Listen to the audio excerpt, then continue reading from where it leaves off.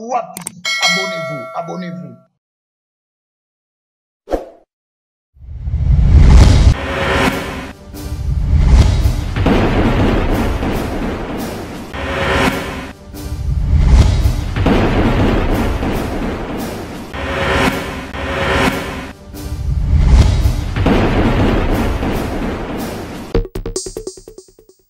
Bonjour à tous et bienvenue dans ce nouveau numéro de notre émission Analyse populaire. Lelo, tout est les sous, tout le banda à travers émission Oyo pour analyser toujours information aux ezali réel, information aux ezali ko circuler à Namboka Nabiso Kinshasa, mais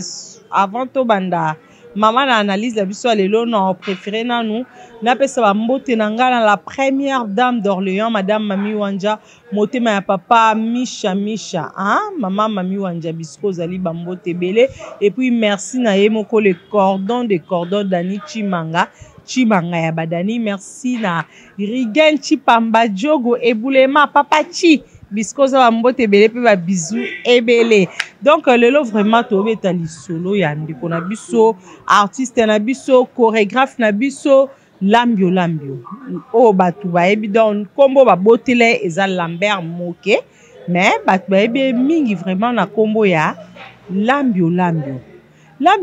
azanani lambio hein kombo na de son vrai nom Lambert Moke a outé kotika biso je crois en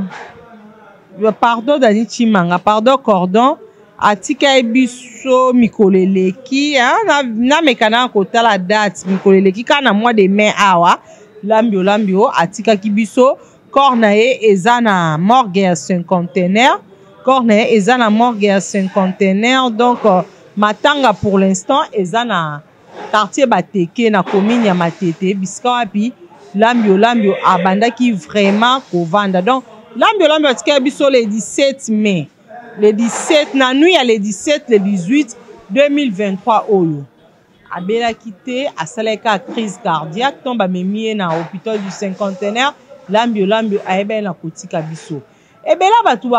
balobaka ke lambio auta na viva la musique papa emba ne mutasala yene mutazaki chorégraphe yene mutabimisa ba fioti abimisa ba nyonyo non lambio aza mutakala amuta pamba te lambio aza mutu azamani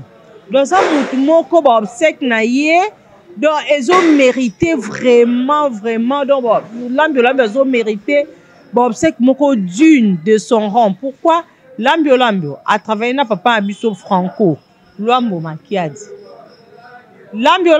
a travaillé na papa abiso Taboulay paix à son âme papa Rochero. Lambio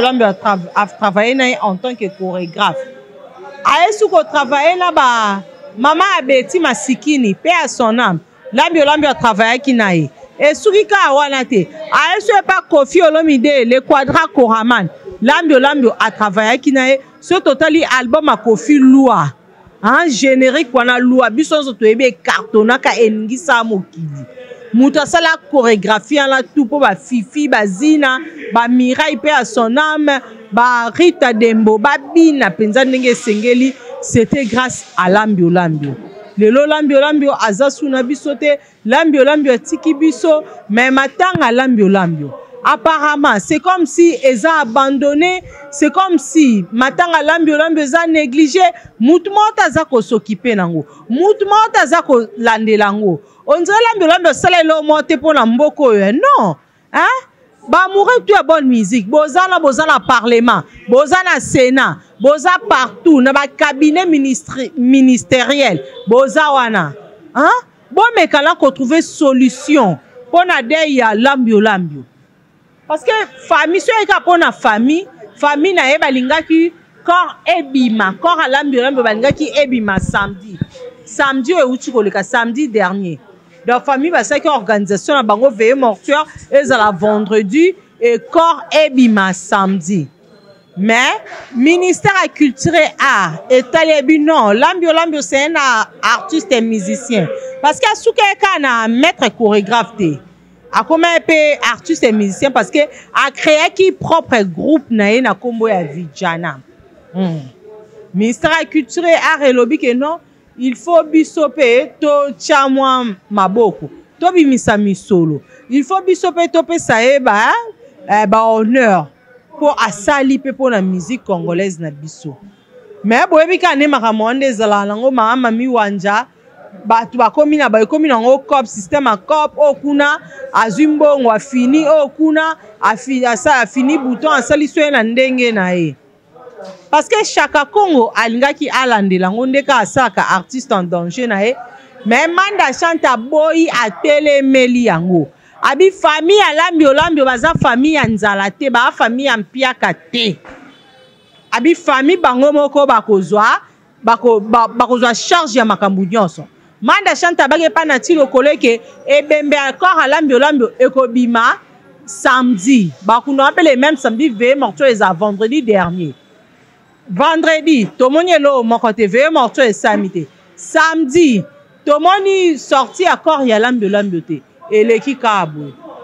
jusque là tozoyeba te tozokende wapi corps alambi olambi yango bamusicien baabandone yango bandeko viva la musique boza wapi bana village molokai boza wapi bandeko nyonso bamoura bonne musique olambi olambi basepelisa bilo boza wapi bafioti olambi olambi babimisaka ebele na yebi boza na poto lokwa bablondine boza na poto boza pour vous s'organiser vraiment na baobsèque bana viva la musique bachabron banani bachristien lema biyonso boza na poto botalaka lambi olambi boye les boss les mères bien que oza mwana Victoria nayebi ke Victoria na viva la musique ezo eloko moko bokoye mpe kotya mwa loboko bokoye mpe kobimisa quelque chose po baobsèque lambi olambi et se dérouler vraiment très bien parce que lambi olambi aza icône lambi olambi aza n'importe qui te sur ces analyses populaires à lelo non linga te na sukisa ngonga moko eza mpe na bandeko baza na poto bandeko baoluka baintervenir vraiment na émission oyo na analyse oyo bakointervenir par rapport ya mort ya lambi olambi naoti koba tout à l'heure ke Victoria Leison na viva la musique eza eloko moko na yango na oyambela bino ndeko moko ye azofaire partie ya bapeti ya bureau ya King Kester emene ya mais c'est les maires les boss les maires aza na France tobenga ye tozwa ye na ye vraiment nde tokodévelopper vraiment à propos ya masolo ya lambi olambi mais je crois Dani Chimanga mo masolo pe ya King Kester pe ezanga te parce que mikolo pasane na actualité bien qu'aza soit invité à comme beau-père beau-père défunt beau-père ya JB Mpiana donc tobeta pe moi masolo wana et ça la paie bien donc tozwa ndeko na biso les boss les mères na moni oui aza des gens en ligne vraiment mais vraiment tobeta masolo ya lambi olambi ça fait mal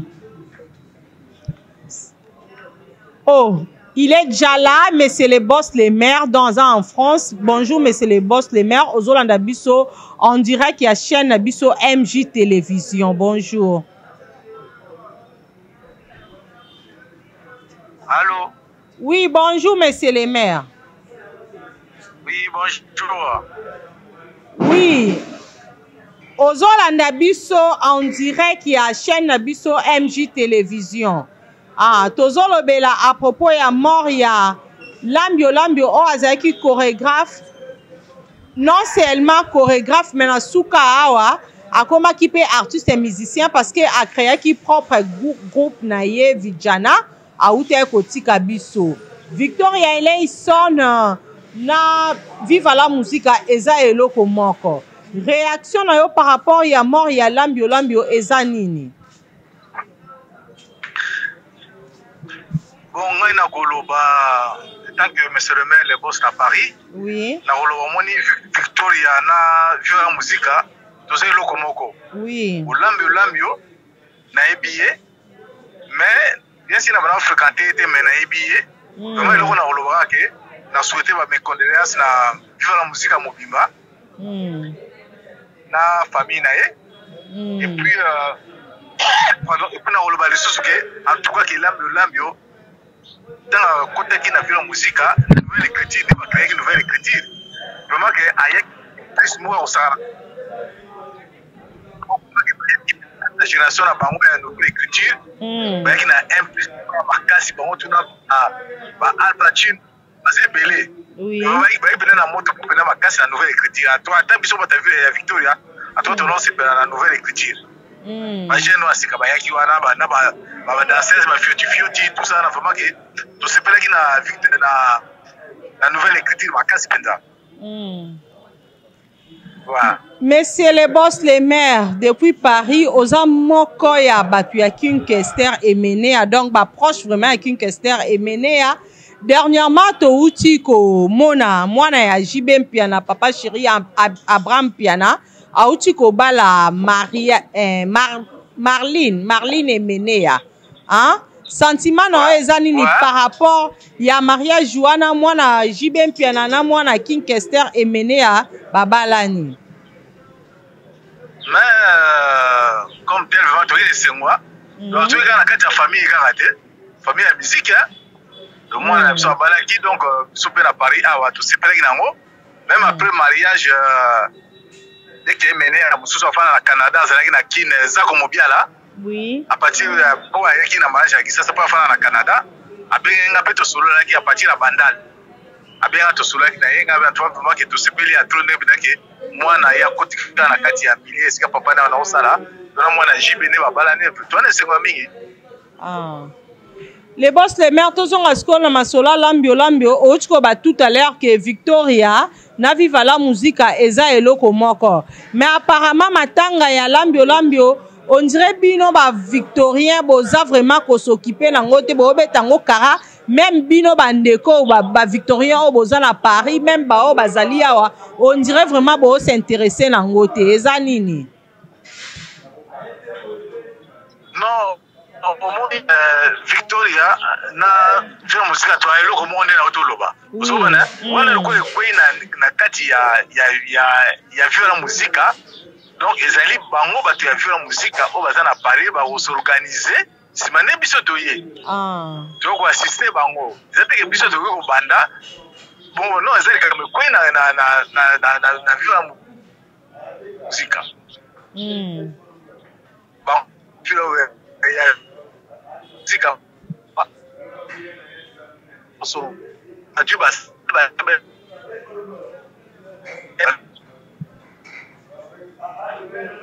Donc, bino bozozela bandeko bazalia ya viva la muzika ba bandana nu kozwa makambu na maboko après bino nde bo réagir n'est-ce pas? Ouais. Il y a tu as pas musée ba salle ba tembe filma mais ba musicien biso la Victoria ba ko ya ko beta ezala bongo tout la Victoria on va vivre la musique on va vivre la musique on s'organiser ba tu ba salle ba tembe filma ba musicien ya Victoria ba ko yende ba beti ok donc boza na bino prêt boza prêt donc Victoria o ezana poto boza prêt pona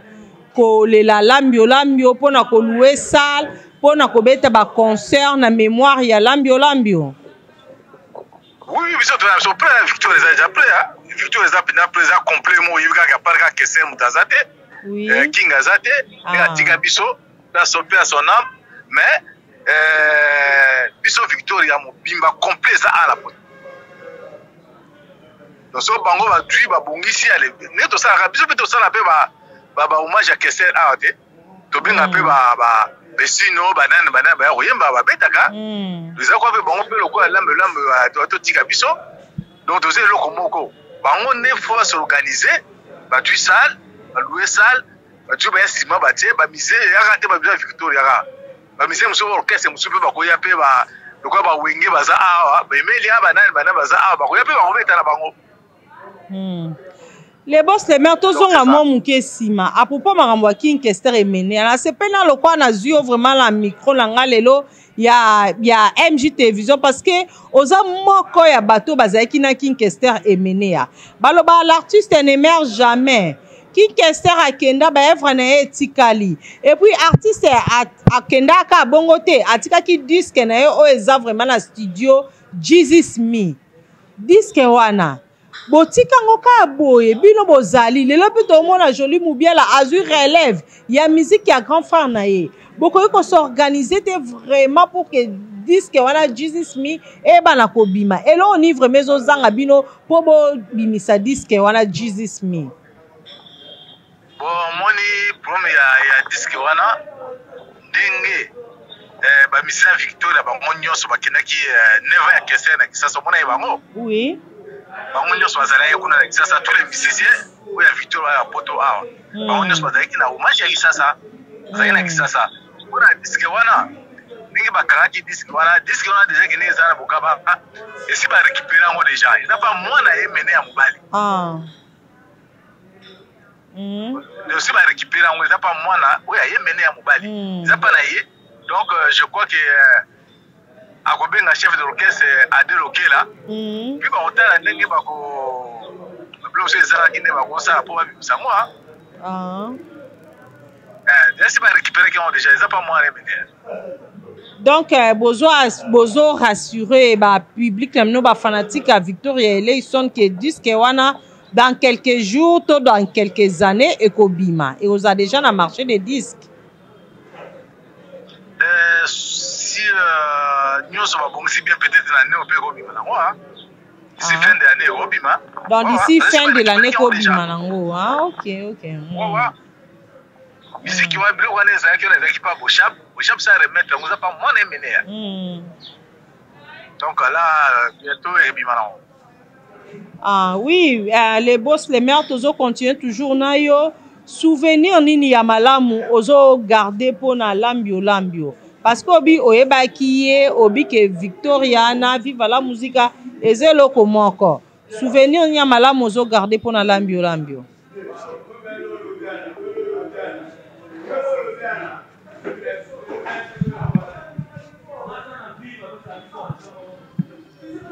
to continuer mission de Nichimanga bien que connexion za moi au boulot mais de que le boss oui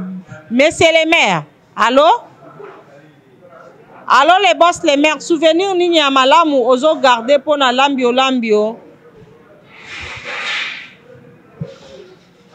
allô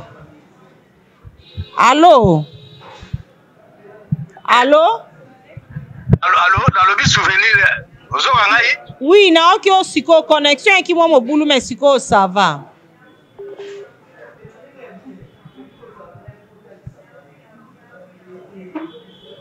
souvenir nini ya bien ozo garder pona lambio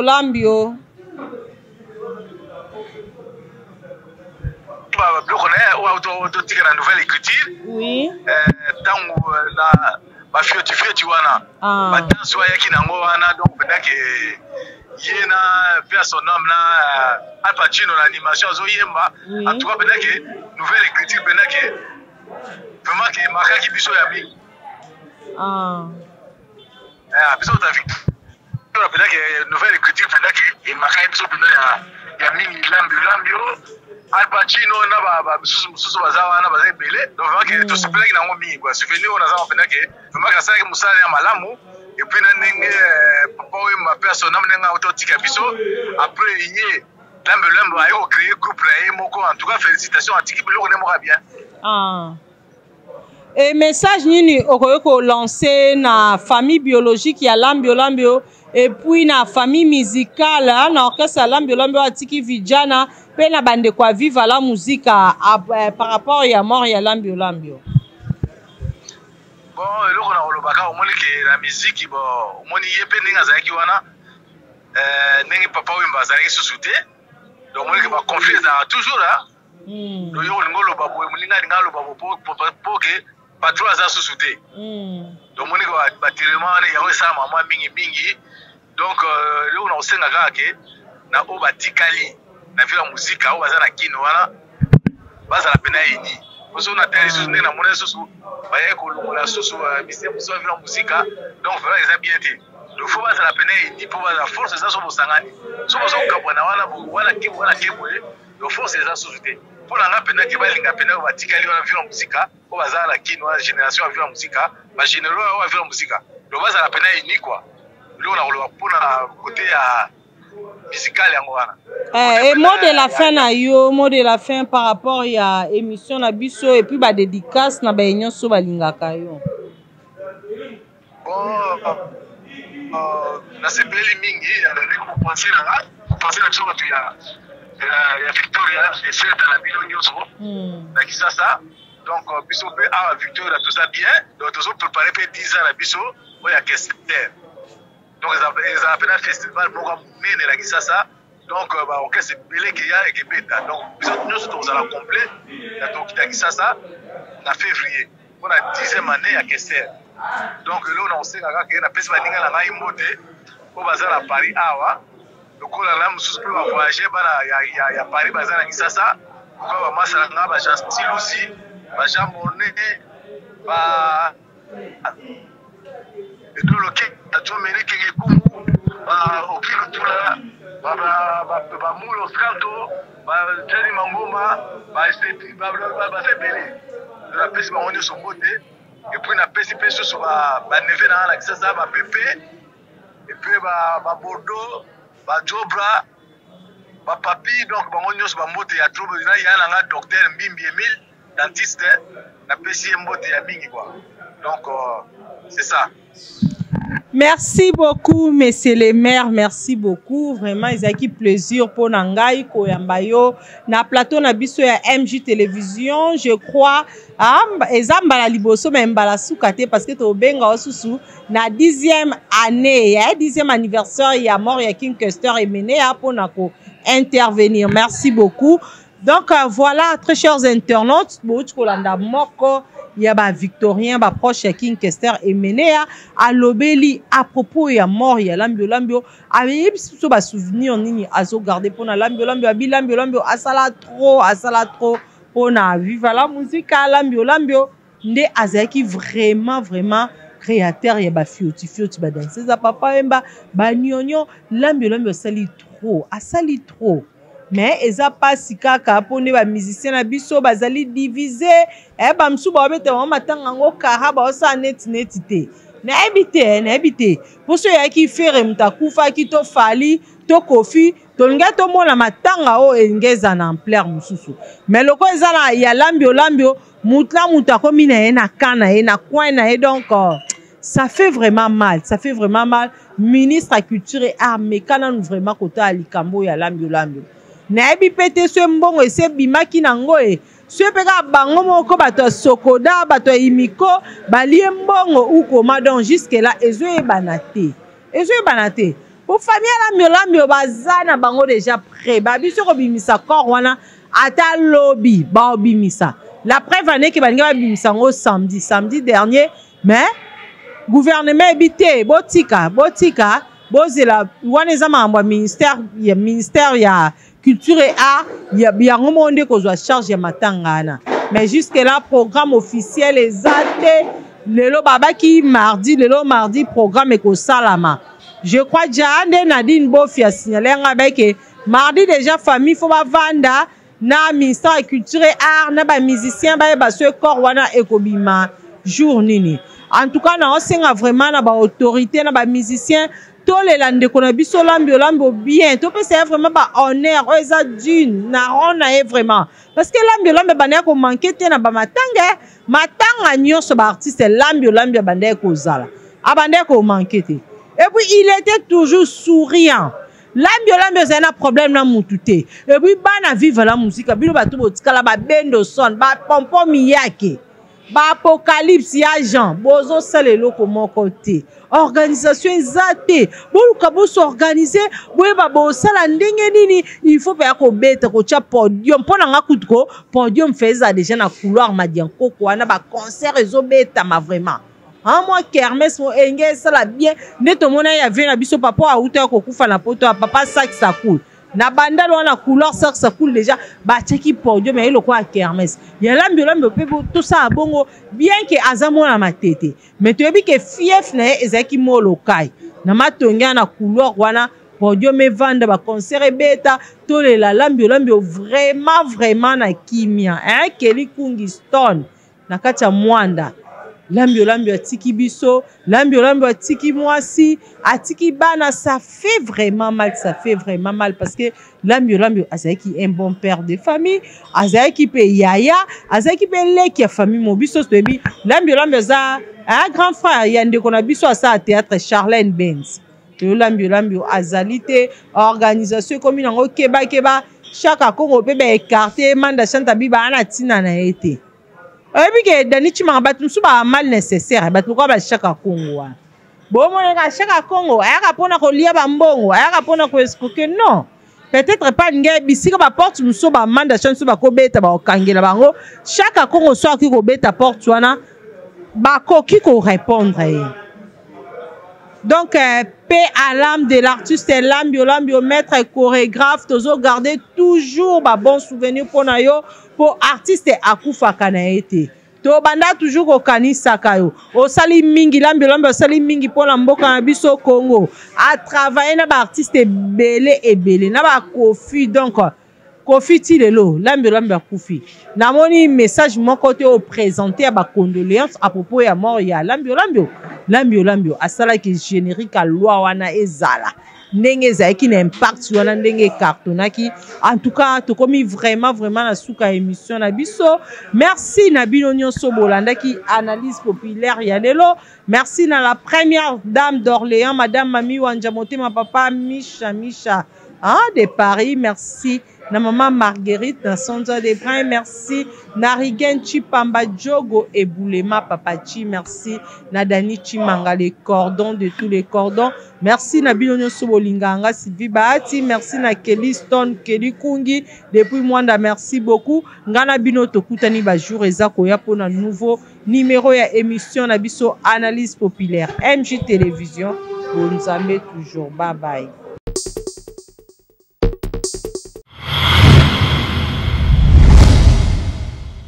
MJTV, vitesse wapi, abonnez-vous.